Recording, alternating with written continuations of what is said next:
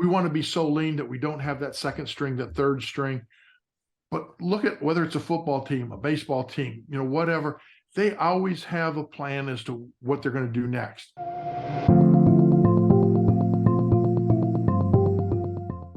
So what leadership challenge or any mistakes did you face in your journey, and how did you overcome them? Like any instances you would like to share with us in your leadership journey? Well, I think some of my biggest mistakes were work-life balance. I mean, and I know that's something that everybody kind of struggles with. But I don't think work-life balance needs to be 50-50 or it needs to be, 60-40. It needs to be what you sit down and define. And, there were times that because I didn't sit down and define it ahead of time, I got what I got. My family got what they got. And it wasn't always the balance that we all desired. Because, I would spend long hours at work. I'd come home late for dinners and that kind of thing. And, it created stress, it created strife, it created, all sorts of things. So, I mean, I think it's great to articulate it, set expectations, both with yourself, with your employer, if that's the case, or with your business, if, you're leading or you're an entrepreneur or a solopreneur, with your family. Have those conversations and say, hey, look, okay, there's going to be exceptions, but this is what I want to go ahead and achieve. Why? They're going to help you achieve that. Yeah. And I think part of, leadership to me is all about the people. It's all about the people side. So, talk with the people that are important. Talk with the people that you interact with. You'd be surprised if you're an entrepreneur, how much your business people want you to take vacations. They want you to go ahead and be able to recharge. Why? Because they're with you, maybe because your charisma, and your charisma will go up and down based on your mental state. So they want you to go ahead and go out and recharge.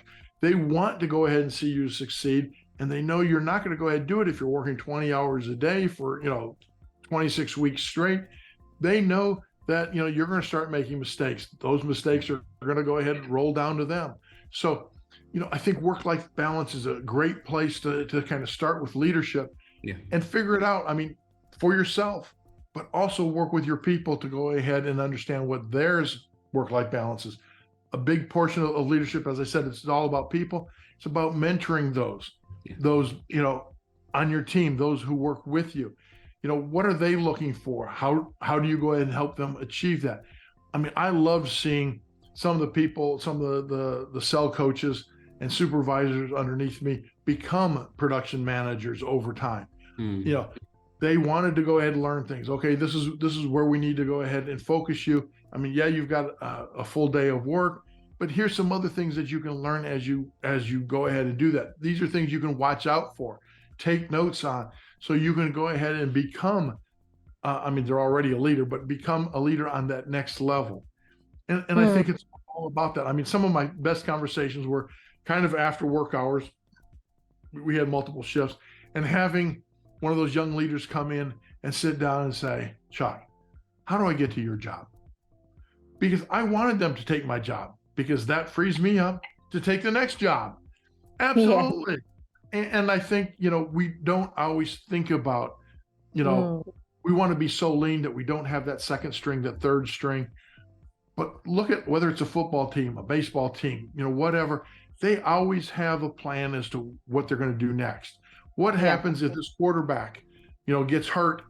Second string quarterback, he's been working as hard as the first string quarterback in practices. He's been running the drills, and he's got to go ahead. He's got one more challenge. He's got to come from being absolutely cold. He didn't have a chance to warm up, and he's now in the game. He's in the game just like that. So we need to prepare those leaders underneath us to do the same thing. We don't know when something's going to happen to us. We want that business to run, very smoothly when we go on vacation. Why? We don't want to have to take 412 calls. We don't want to have to micromanage from halfway around the world. That's not the way business works. That's not a business then.